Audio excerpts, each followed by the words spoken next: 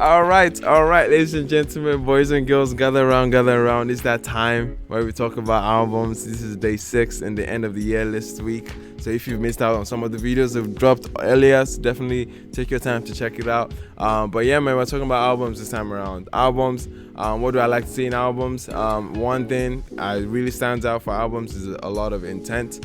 I definitely want the albums to not feel like a playlist, almost feel like a live show, like something that keeps me engaged throughout the entire experience. Production value obviously has to be great, the sequencing, the songwriting, those are the things I'm looking forward to in the project. Albums that came after the first week of December wouldn't be considered.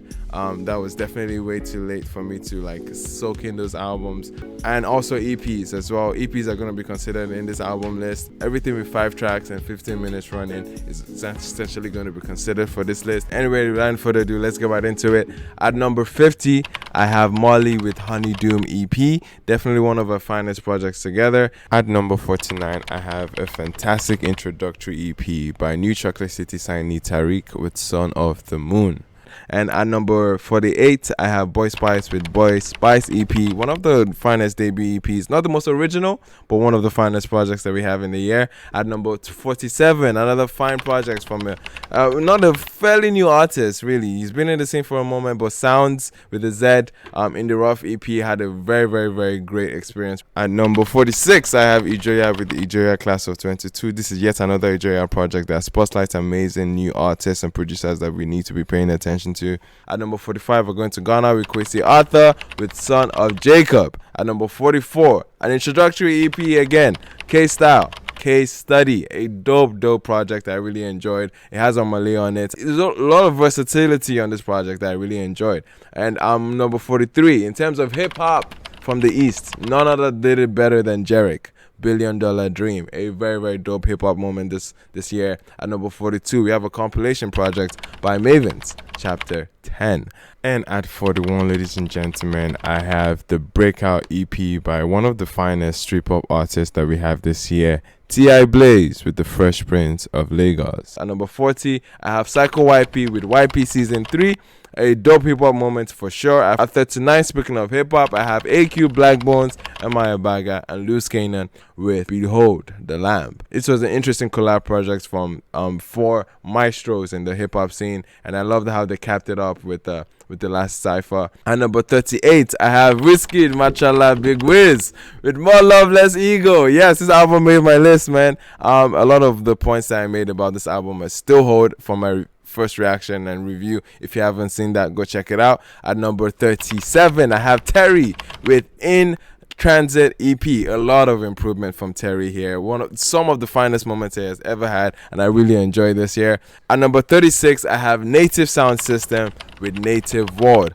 Alternative artists curated in a way that really worked for them, because a lot of these artists with various styles, and I think a lot of the atmospheres worked for each of these artists, and this was great curation, man. Shout out to Native Sound System for that. At number 35, I have Faves with Riddim 5 EP, one of the introductory EPs that I enjoyed this year. And at number 34, I have So Medina with Heart of the Heavenly Undeniable. Alternative R&B in the finest form in the country. I really enjoyed this project. Go check it out if you haven't. At number 33, Mo Belief with Odu. This is alternative as well, but more so Juju and Highlife focal joints on this one. Very rich in Yoruba heritage, and I really enjoyed Mo Belief on this project. At number 32, I have Basketmouth Horoscopes. Shout out to Dr. Set on the production with this one. Yet again, Basketmouth showing how he can make curated projects in the high life scene, and I really enjoyed this one as well. At number 31, I have Scales with Sweet Distractions, for a veteran that has so much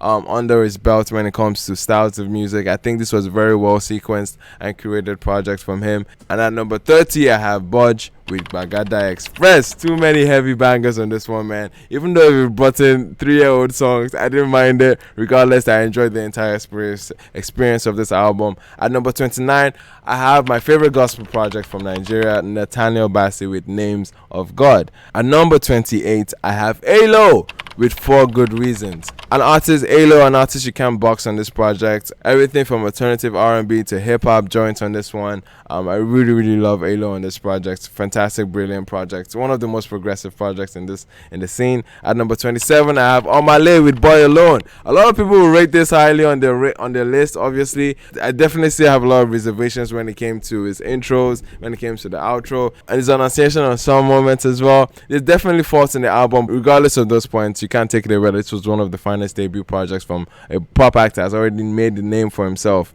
on the scene. At number 26, I have Majid with Bittersweet EP. Now, this is one of the finest introductory EPs this year. This is how you do it in a sense. Like, he kind of introduced himself literally on the project and helped tie the project together with his little interludes at the end. Super intentional when it came to putting together a body of work, and I really enjoyed this one from Majid. Made me a fan of his, and I definitely want to pay attention to him moving forward. At number 25, I have Black Sherif, The Villain I Never Was. A very strong debut, a loud debut from Ghanaian superstar on the rise right now, Black Sherif. A couple redundant records here, but regardless, one of the finest moments for hip-hop in Africa in general. At number 24, I have Magixx with Atom EP. Definitely took a lot of risk on this project.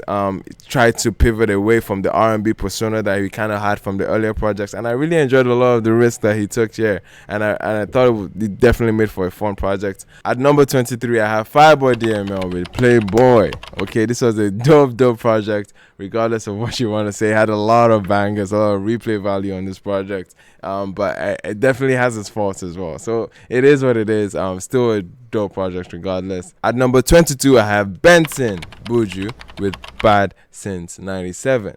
Now, this is a project that opens up a lot of braggadocio, has some melodic rap as well involved, and but it progresses into more Afro R&B cuts. Has the likes of Wizkid, Wande Cole, and Olamide on this, and not the strongest of exits on this project, but regardless, I think it's still a better attempt than Sorry I'm Late. At number 21, I have Mannywellz from the Diaspora with Unwanted EP. This is a project that has a lot of Juju influence on R&B, and I absolutely appreciate what he does with this project from start to finish. Definitely a strong moment here. At number 20, I have Jess ETA with Playing With Fire. This is one of the deep projects, deep cuts that I really appreciated this year.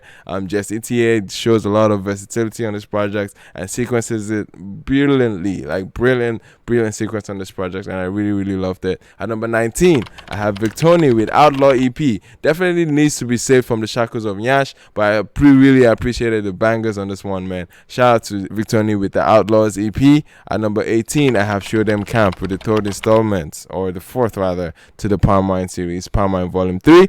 I absolutely enjoyed this one. Still definitely hit the peak in the form of enjoyment from the series, but I still really appreciate what they did and the efforts here. At number 17, I have Ogranya with Festival of the Sun. Absolutely beautiful, gorgeous project, man. I absolutely appreciated this one. If you're looking for deep, soulful R&B joints, this EP is for you. At number 16, I have King Promise with 5-Star Album. Honestly, one of the finest pop albums this year, and I really enjoyed this one from Ghana superstar King Promise.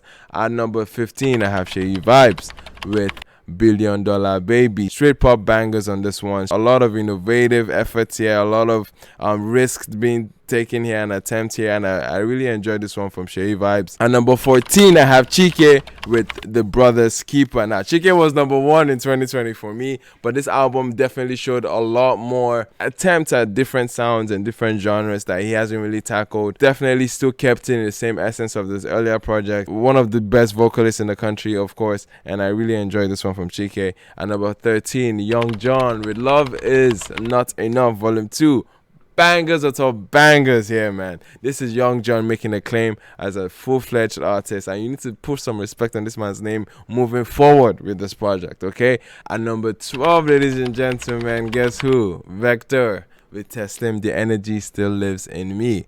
Honestly, Vector's best project yet when it comes to hip-hop, and as well as still showing a lot of versatility. I think this was a very fine way to do it from a rap veteran, and I really enjoyed so many moments here, and definitely want to check out if you haven't. Vector with Teslim, The Energy Still Lives. I have my number 12 this year. At number 11, I have Dami Oniru with Matter of Time. This is definitely a long awaited EP. Shout out to Remy Baggins, who is the executive producer on this one. They definitely don't miss when these two come together, and I absolutely appreciated the deep, soulful R&B joints here.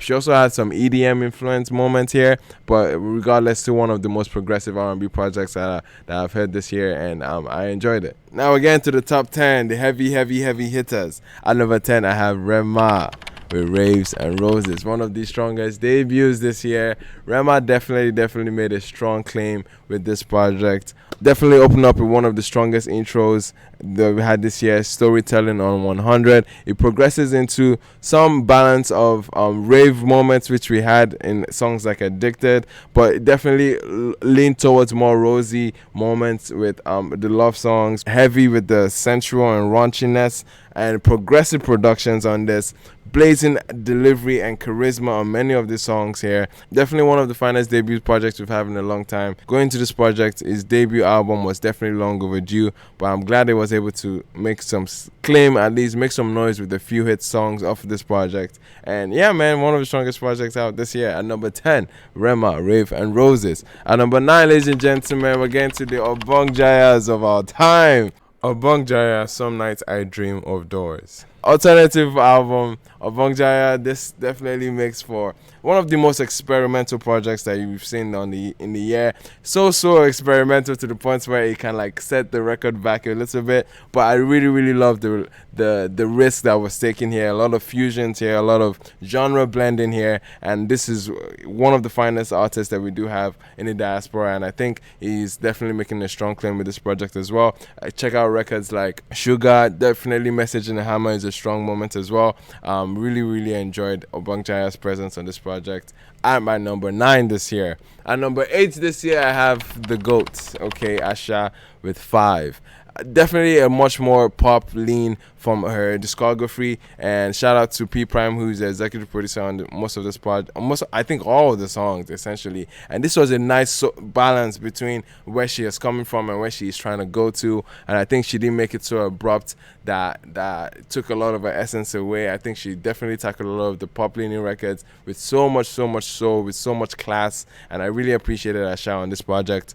At number 7, I have my GOAT, M.I Abaga The Guy. Another album from his catalog that emphasizes on his status and his braggadocio, and I think he did a lot of that, trying to remind people who he is, trying to remind his fans what he's capable of. Was able to finally get Nas on this album, but definitely one of the setbacks on the album.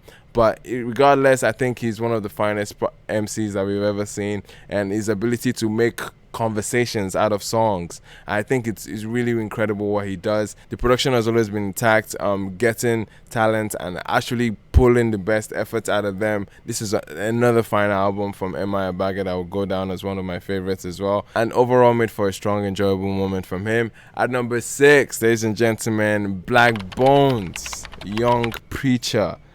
Honestly, Blaqbonez showing a lot of improvement, a lot of growth as an artist. Definitely one that's been trying to balance his melodic moments versus his rapping abilities. This was a good album that still showed the best of all of his abilities. Definitely good follow-up to an album like Sex Over Love. This project sounds and sequences beautifully. The intro itself is a very great intro, one of the finest intros in this list of albums that we're going through, and the production and consistency, the sampling there, the aspect of having interpolations and samples all over the album was very brilliant and done with so much class and homage to the artist that he was referencing. And I think I really enjoyed this one. It might be my favorite effort from him yet. Number 6, Blaqbonez, Young Preacher.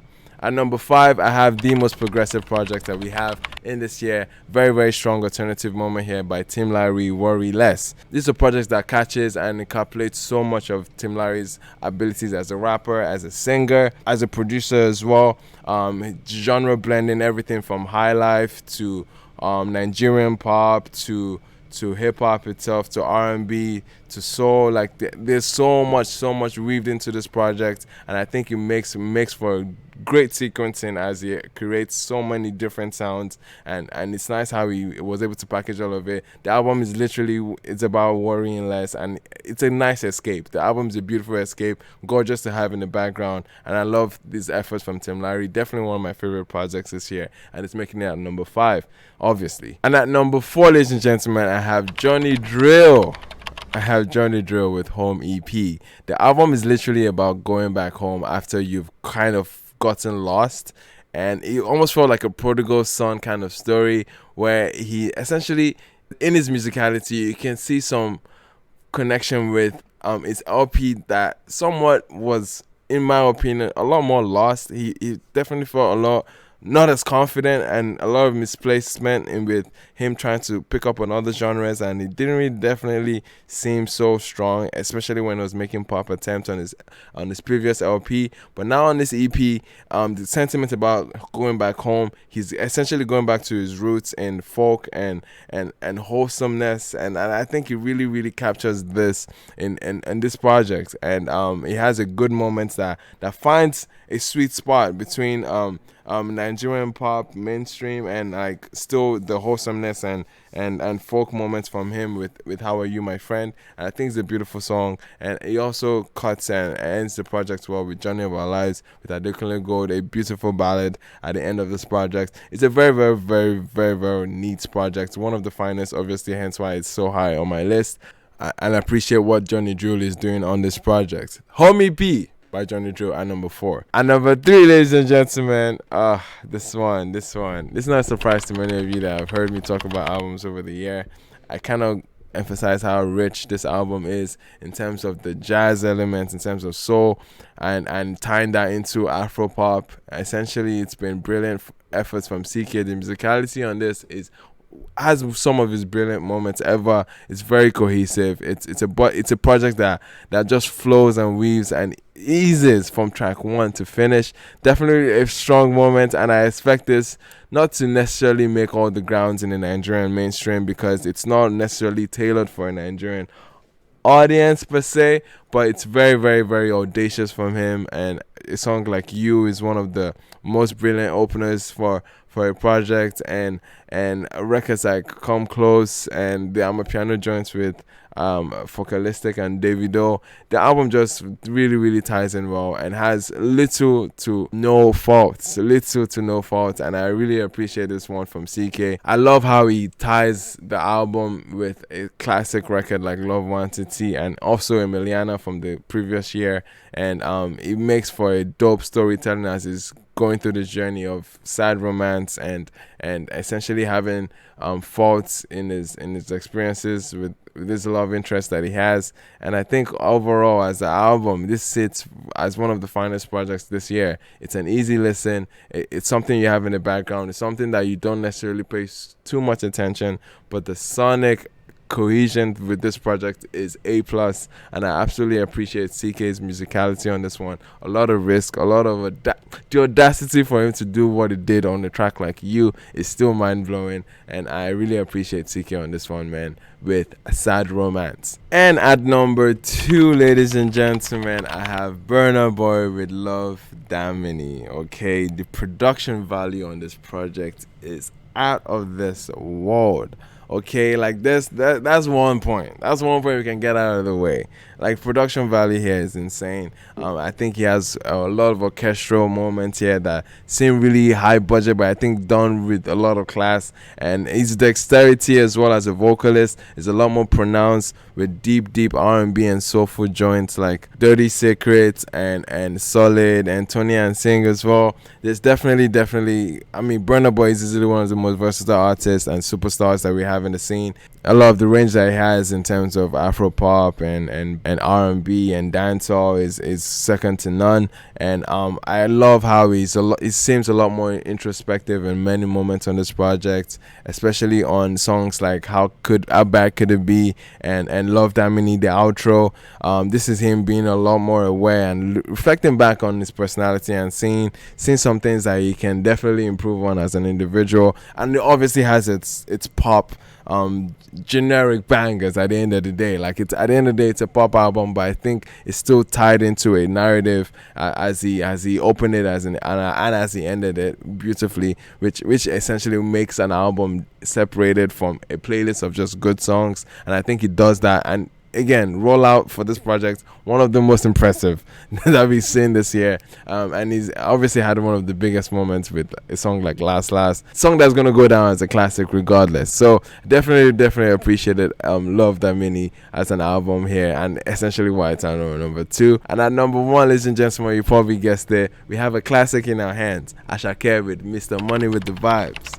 A absolute way to put a stamp on what will go down as the greatest breakout year of any artist in Nigeria. Greatest, okay? Definitely had a fantastic run that we've never seen, and capped it up with a great album that still embodied so much of his influence into the Nigerian music climate in general. The crowd elements, the crowd vocal elements, the violins with the amapiano joints, and so much with the production experiments with Magixx on a song like Joha, bringing Gongo into the Afrobeat amapiano mix. Like, listen, the replay value on this is absolutely insane. It's an album that really documents the year in general, essentially because he has so many hits that are coming off of this. And of course, the sonic climate has been determined by Asake and Magixx collaborations, and it's been great to see. And I think this is going to go down as a classic regardless, and it's definitely my number 1 pick for this year's album list. But anyway, that was my list of my top 50 albums this year. I'm curious for you guys, top 50 or top 5 if anything is looking like. So definitely don't be afraid to leave in the comment section. Don't miss out on the next part of this list. This is going to be the top 10 artists in the next one, and I'm looking forward to that one as well. I've been your boy, man, Ckay Sad Romance. See you guys in the next one. Peace out.